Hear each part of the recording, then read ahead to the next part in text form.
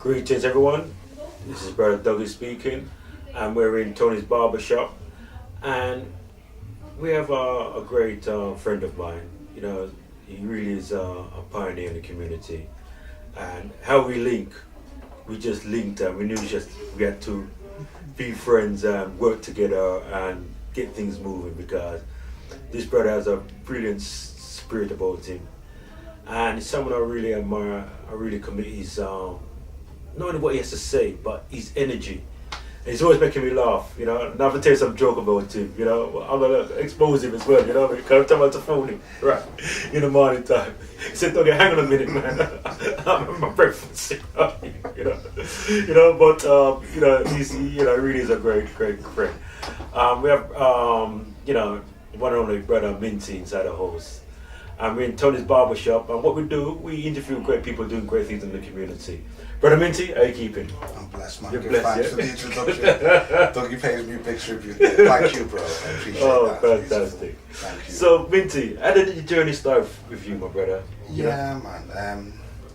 The journey for me started, obviously, you know, in Liverpool. Excuse me. And for me, the becoming aware of who I was as a black youth was the beginning of my journey. And that was my mother who started that kind of knowledge of who I was, being a Christian, being in a city like Liverpool, very racist, very homogeneous, meaning there was a lot of white people there basically. We're not dissing white people, but it was essentially a white city, a small black community and a smaller Chinese community. And that was it when I was growing up, the odd Asian. So in a sense you had to be aware in Liverpool of who you were. Plus Liverpool having one of the oldest histories in England with having a black community was something that a lot of the black youths, as unconscious as many of them may have been, they were always aware that this was the first city essentially which had a kind of flourishing black community basically. And the history of Liverpool, before slavery, it was a very small fishing port, and after slavery it became actually the third biggest city in England. Some people say it's Manchester, but Liverpool's actually bigger in size than Manchester. Okay. But Manchester's got more people because of the high rises. So that was the beginning of my consciousness and just the history of Liverpool. And you know, it was teeming with people from all parts of the world. It wasn't like a typical ghetto in England like Manchester or Birmingham or London. There was African people there, lots of Africans, Americans, because there was a base just on the outskirts of Liverpool, so there was lots of Americans always coming into Toxteth. There was seamen coming from all over the world all the time. It was teeming with people, man, so you got such a wonderful mix of cultures in Liverpool basically.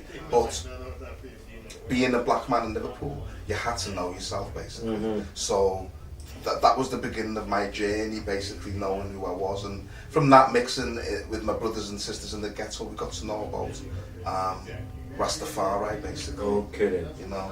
So in terms of because obviously you're a Rastafarian, yeah.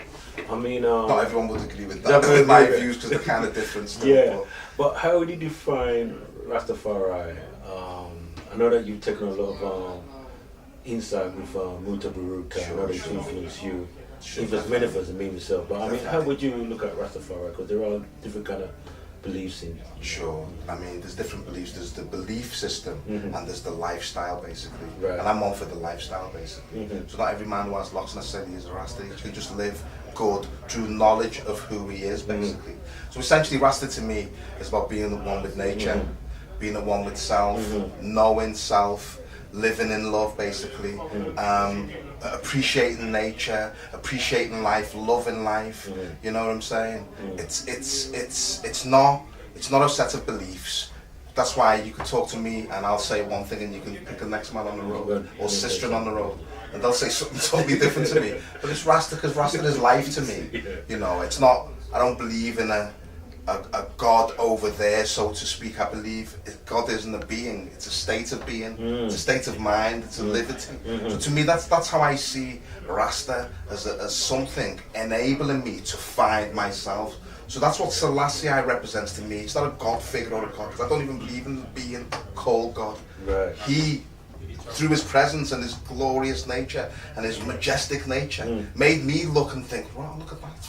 This whole world's telling us we're nothing, and look at this man, he's something. He's a fantastic spectacle. So it started making me look at myself and think, you know, I can be somebody, I am somebody, you know what I mean? So Rasta, to me, is about knowing your divine state, you know, the energy that dwells within you. Right. And it's also knowing how you manifest it in the world. So it's like the show we do, the beautiful show, Find Your Voice. It's about really finding your purpose, basically. Yes. And that's what I believe the role of Rasta is. It's about aiding the individual to find themselves and helping others do exactly the same thing, basically.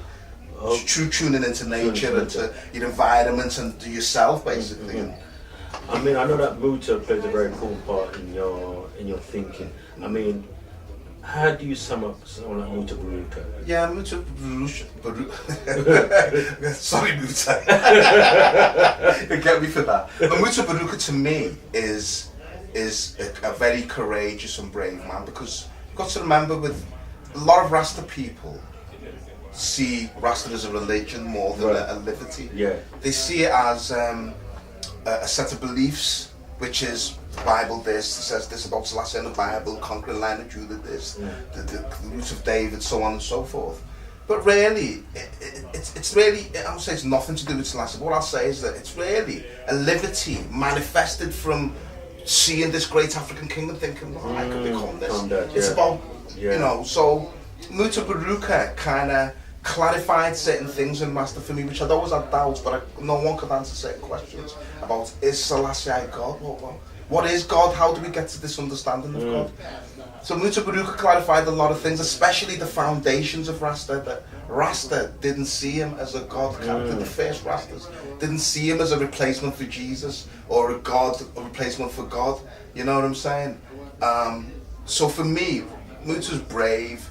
He's a courageous person. I've got lots of respect for him. And actually, the way I say it, I said with Muta, is that, unless he didn't necessarily influence me, because I had a lot of the same views when I've heard him, and it's just that he consolidated them, right, and sort of, in a sense, philosophized them, if that's the correct word. Yes. So Muta to me is a brave, courageous man. I love Muta Baruka. He's an important person in this world for African people, who can encourage our people to awaken the minds, because that's our role, Dougie. That's what we're always talking about looking within self and visualization. These are important traits which are our African roots and culture. People don't realise that. Okay. Sorry, go on. No, I just wanted to bring back, because I was talking about Muta, because I know that you were so inspired, you brought him over. I mean, what made you inspired to bring Muta over? You know what, Dougie, I'm a man who believes in that we can achieve anything that we put our minds to. As you said, as we said, visualize and materialize.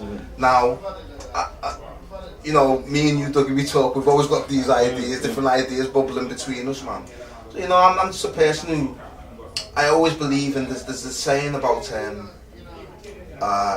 opportunity, there's a saying about when you get a chance is like, or luck, it's opportunity plus preparedness. Now, I was thinking of bringing these artists over from Jamaica, big reggae artists, you know what I'm saying? That was me planning. It would have taken a long time, but I was determined to do it.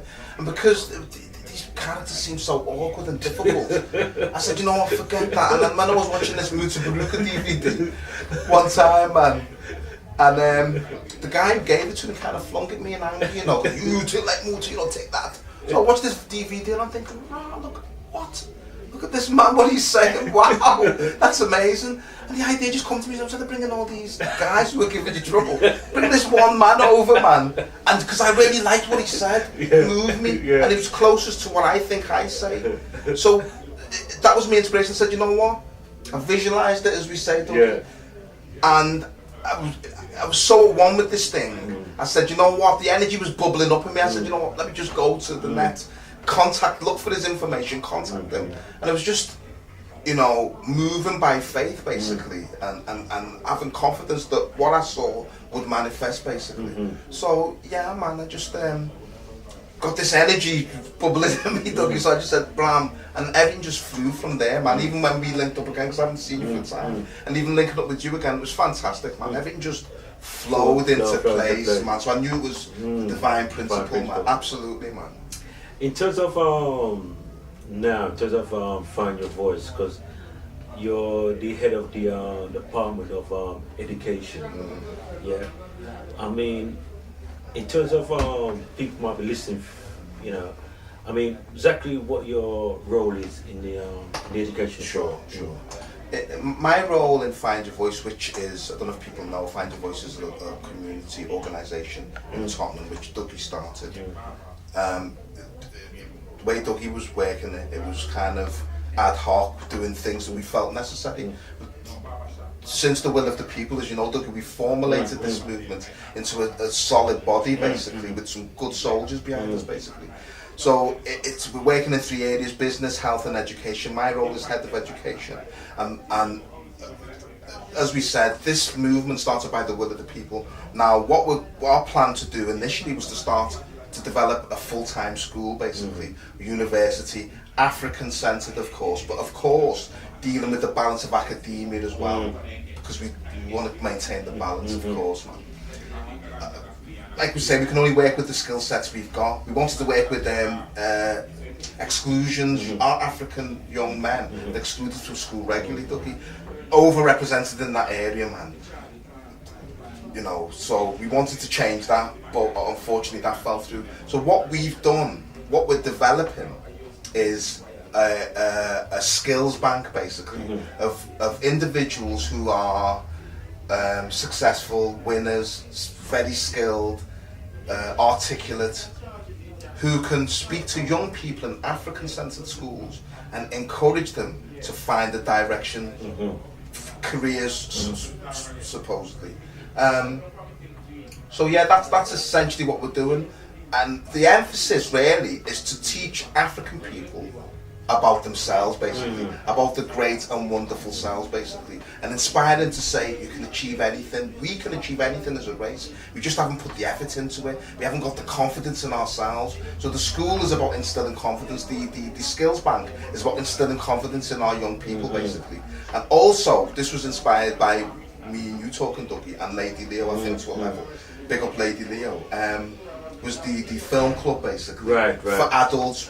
Lady Leo does one for young people. We want to do one for adults, basically, because we're dealing with education of the whole race, from babies to our elders, basically.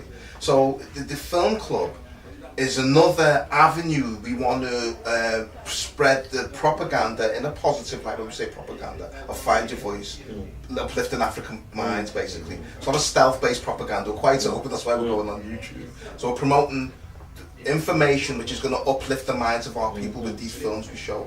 Great movies like A Mighty Long Walk by John Henry Clarkson, which, if anyone's seen it, knows that's a fantastic film. That's hopefully the first one we're going to show. So yeah, I mean, we've got a lot of people in education who can offer a lot more skills. So hopefully we're going to be developing a lot more other sorts of institutions and forums within the Find Your Voice education. Essentially, that's where we're starting with the skills bank of individuals who can go into schools and encourage our people to find a career early in life, find your voice, so to speak. And the second part is the film club, basically, which will be showing every month or so. Positive films, uplifting, developing and progressing the African mind, basically. And just inspiring our people to go forward, Dougie. Okay, that's fantastic.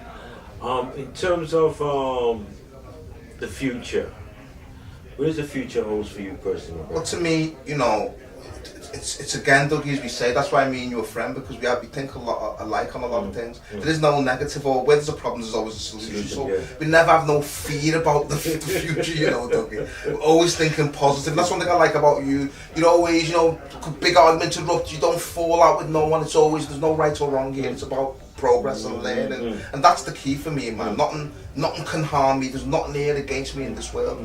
My future is, and our African people's future, as long as they think along those lines, is bright as well. You know what I'm saying? my thing is I don't want to go too much because I think I've mentioned to you about what I want to do, but it's always based on setting up our own businesses, self-reliance, teaching our African people about themselves, African divinity, working together amongst our people, developing structures which uplift and develop African people first, man. You know what I mean? Just like you, Dougie, just like other brothers and sisters in Find Your Voice. That's my emphasis. I don't want to talk about too much detail, but I will say that me and you good self will be working on hopefully bringing Muta Barukan in again soon. If it's not this year, it will certainly be next year. You know that already. Okay, man. Man. But that's one of the plans for the future, certainly, man. And the final question be about your team, Liverpool. You're embarrassing me now, don't stop it, man. You should have asked me this question 20 years ago. Well, I don't know what to say. Now you've stumped me. Yeah, you're your team, Liverpool. But they're doing too well these days, though. Well, let me put it this way. It's a bit like Tottenham. When Harry Redknapp took over Tottenham, they were second to bottom, if you remember. I remember, yeah. And then they finished 7th or 8th that season in the league, and the next season they got to the Champions League. Well, same with Liverpool. Roy Hodgson, we were 3rd from bottom. Kenny got us to 6th, almost 5th. So that's not bad, actually, man. It's an improvement. That's what you laughed before. King Kenny is back. He's probably the best player. When I was young, he was the man who certainly inspired me as a player. And as a manager, he was pretty decent. He just lost his bottle round the 89-90 season, I believe. But I think he's got a lot of experience since then. He's learned. He's more mature. And he's proven to be a fantastic manager. Okay. And buying Luis Suarez... fantastic, as you know, man. He's a quality ball of Suarez. Okay, then. When every time Liverpool beat Arsenal, I have to buy you a drink. And vice versa. Vice versa. I'll buy you a drink, man. Respect Okay, me, then. So we have the great man, brother Minty, inside the house. What a beautiful interview we have with him, you know. And we want to get everybody over the world to listen to brother Minty. You know, he's one of my closest friends. You know. And like I said before, when I used to ring him in the morning time, he's always having his breakfast.